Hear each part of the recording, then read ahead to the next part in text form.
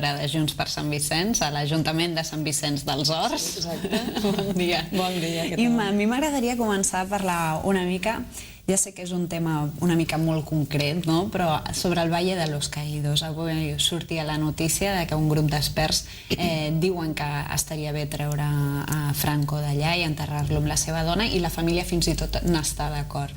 En general, què en penses sobre el tema? Comencem forts, A veure, jo penso que qualsevol persona ha de tenir dret a estar enterrada amb la seva gent, independentment de qui sigui. Ara bé, aquest és un tema que jo no hi entraria, és una decisió familiar, crec que és la família els únics que han d'opinar sobre això. Ara, una altra cosa és la meva opinió sobre el Valle de los Caídos en si, no? El Valle de los Caídos és el símbol del que va ser una opressió brutal, el símbol del que va ser una dictadura, el record del que va ser fer treballar gent que simplement pel fet que ideològicament eren diferents als que estaven ostentant el poder. Allà hi va patir, hi va morir molta gent, i per tant per mi el que és menys important d'això, el menys important, és si aquest senyor o les restes d'aquest senyor estan en un lloc o estan en un altre. Aquest senyor, diguem, se l'hauria de recordar pel que va fer, i parlar a aquestes alçades de si és més just o no que descansi amb la seva família o no, em sembla que és donar-li un tractament fins i tot d'un cert privilegi. Donar-li més importància de la que té? Més importància de la que té. Per mi aquest senyor ha de passar la història com el que va ser un dictador que va provocar moltes morts, molts assassinats, que va ser una època molt hostil i de la qual hem accedit a l'època actual amb un acord amb la corona, i per tant, per mi, evidentment, ni reconec la importància d'aquesta corona. La importància en té molta, malauradament, però el fet que haguem passat d'aquella dictadura plena de morts i d'assassinats, alguns dels quals estan simbolitzats en aquest monument, i que estiguem a l'època actual encara amb aquesta transició tan poc democràtica en alguns aspectes, per mi el debat de fons és molt més important i molt més conflictiu, potser encara a hores d'ara, que no passi que les restes d'aquests senyors són en un lloc o en un altre. M'interessen molt més les restes de tota la resta de gent que són allà. Això és el que li anava a preguntar.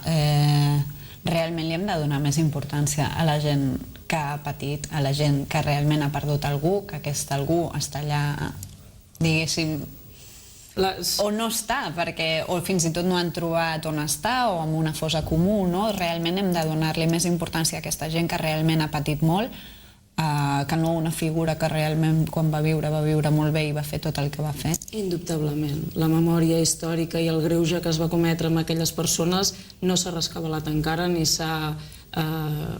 tan sols això ja no es pot resoldre. Evidentment no hi ha perdó, no hi ha cap mena de declaració que torni a la família de les persones desaparegudes o enterrades allà, o no hi ha res que els torni la pau, no hi ha res que els torni una mica el perdó, perquè no hi ha perdó possible amb un fet així.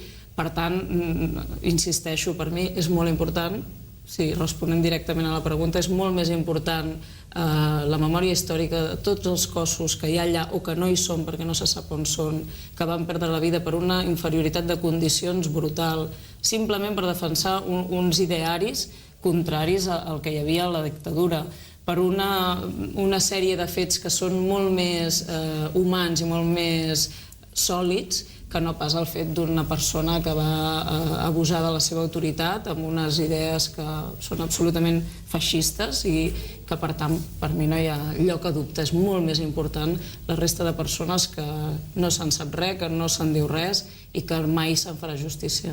Estàvem parlant una mica de la història, però no només de la història, no? És un tema que diem encara està candent. A mi m'agradaria parlar d'un tema que realment és el nostre dia a dia, que és la crisi econòmica. Ara la Merkel i el Sarkozy diuen que volen capitalitzar la banca i volen anar amb aquest pacte ja fet entre ells al G20 de Cannes. Parlem de crisi econòmica, de com va començar amb els bancs, però ara afecta realment a tothom. Ara es parla d'una nova recessió el 2012 molt important.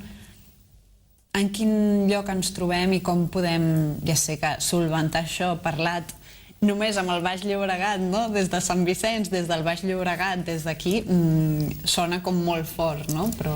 Sí, sona molt fort, però alhora també el Baix Llobregat potser és un dels llocs on es podria fer el plantejament de com sortir de la crisi, no? Perquè d'entrada, anant més a la pregunta que em feies o la reflexió que feies, ja és important d'entrada que hi hagi entre els gegants europeus una voluntat d'acord. Això d'entrada ja és important. D'altra banda, capitalitzar la banca o no, jo en aquest tema em situo bastant en la línia dels indignats, en el sentit de dir, ja ho sé que no queda gaire políticament correcte dir-ho, però en el sentit de dir que, molt bé, ajudem la banca, ajudem-la tant com calgui, però perquè sigui per una finalitat concreta. No l'ajudem per se, perquè ja ho sabem tots que la banca per se pot anar tirant i tirant molt bé, però si la capitalitzem, si l'ajudem, si ens fem càrrec d'una situació, que sigui perquè això ajudi directament als pobles, ajudi directament als col·lectius, ajudi individualment a les persones, que no sigui per abusar més d'elles. I ho veiem en aquest sentit la segona sentència respecte a les hipoteques, no? Bueno, doncs anem a veure com podem fer que la gent surti d'aquesta crisi sense encara posar més el peu damunt del coll. En aquest sentit, això del Baix Llobregat, per exemple, no? El Baix Llobregat, la crisi la patim especialment, perquè aquí no tenim sectors turístics o en determinades zones del Baix Llobregat.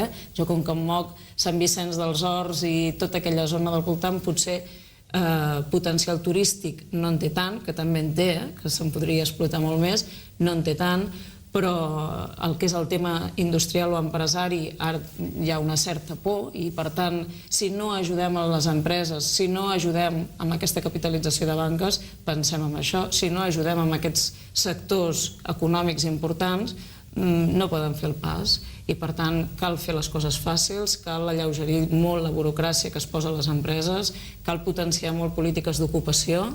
I per tot això també cal un incentiu econòmic en aquest sector. Si no actuem pensant en la conseqüència que té, farem actuacions una mica amb pals de cec, no anirem a resoldre el tema. I la nostra gent, els nostres pobles de l'entorn, no trobem la manera de sortir-nos-en. Vostè mateixa començava dient que ajudi el poble, que no ajudi el fet de la capitalització de la banca, però encara seguim llegint notícies o escoltant notícies, per exemple, el tema de Caixa Galícia i els seus directius, que cobren una milionada, 23 milions d'euros entre 3 directius. Això em referia, bàsicament, no? No, és realment, això sí que és per indignar-se, per dir-ho d'una manera, i vostè també parlava dels indignats. Ara volen fer una nova manifestació el 15 d'octubre i s'estan realment mobilitzant. Els hi sembla bé la manera com ho estan fent? Li sembla bé la manera com estan portant? S'agrupen bé o no? El tema del Parlament, que hi ha hagut una sèrie de tensions? A veure, amb el tema dels indignats, comparteixo un percentatge molt alt de les seves reivindicacions. El fons, per tant, el comparteixo. La forma no sempre. Passa que una cosa porta a l'altra. Suposo que aquí s'hauria d'aplicar la màxima aristotèlica, de quan tu demanes molts drets, també has de ser molt exigent amb els deures. I això crec que és una màxima que s'ha d'aplicar, ens hem d'autoaplicar tots aquells que estem lluitant i reivindicant drets. Uns des de plataformes ciutadanes d'indignats i que una mica volen trencar amb el sistema, i els altres, els que no volem trencar amb el sistema perquè creiem que les coses s'han de canviar des del sistema, són dues maneres absolutament respectables les dues, doncs també ens hem d'aplicar el mateix criteri. I això entroncaria també amb totes aquestes grans fortunes i tot això que acabàvem de dir. Has de ser molt responsable amb el que estàs fent si realment el que tu estàs fent té una voluntat de servei. Si no té voluntat de servei, si l'únic que té és voluntat d'enriquir-te, doncs llavors aquí ja no ens hi posem. I en el tema dels indignats, doncs això, el fons crec que és molt important, crec que el sistema, crec que la manera actual d'entendre el món, l'economia, el capitalisme, però el capitalisme, jo hi crec en el capitalisme, però aquest capitalisme portat al màxim extrem individualista i al màxim extrem que és gairebé destructiu, això s'ha de canviar, s'ha d'acabar. De fet, no és que s'hagi d'acabar perquè ho diguin els indignats, s'ha d'acabar perquè ha arribat ja al seu límit. Els indignats el que fan que és, ho veuen i ho proclamen. Però la meva pregunta és, molt bé, però realment les coses canvien perquè hi ha indignats protestant o hi ha indignats protestant perquè hi ha un canvi a la societat, no? A mi no em molesten gens els indignats mentre no hi hagi cap mena d'ús de la violència, i violència no és només física, violència són insults, violència és una manera d'actuar davant la vida, no és només física, mentre no hi hagi...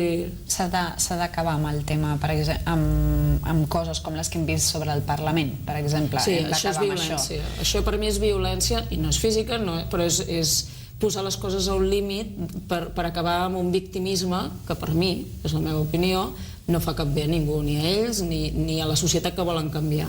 Realment hi va haver gent que per entrar al Parlament, no només diputats, sinó van haver d'utilitzar un helicòpter per entrar al Parlament. Per tant, els indignats van aconseguir justament el contrari del que volien, no? Perquè hi va haver-hi una despesa per voler entrar al Parlament. Probablement van aconseguir el que volien fent això, que és ser primera plana, ser portada, cridar l'atenció. Hi ha una forma del col·lectiu indignat, com de qualsevol col·lectiu que vulgui reivindicar-se, que vulgui demostrar que hi és, que és la de fer el que sigui per cridar l'atenció i ser portada de notícia.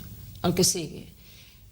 Jo en aquest el que sigui no hi estic d'acord, perquè hi ha coses i coses. D'altra banda, si no estem contents que hi hagi unes persones que ens representin al Parlament, siguin del color polític que siguin, si no estem contents en aquest sistema, quina és l'alternativa?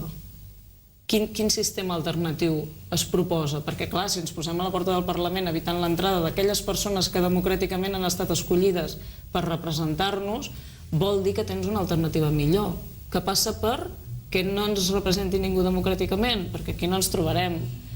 Per què passa? Perquè si el Parlament no et representa, aleshores què et representa?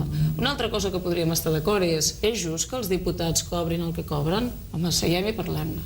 És just que els diputats no treballin prou o no els veiem, que segurament treballen molt més del que arriba a la societat? Doncs seiem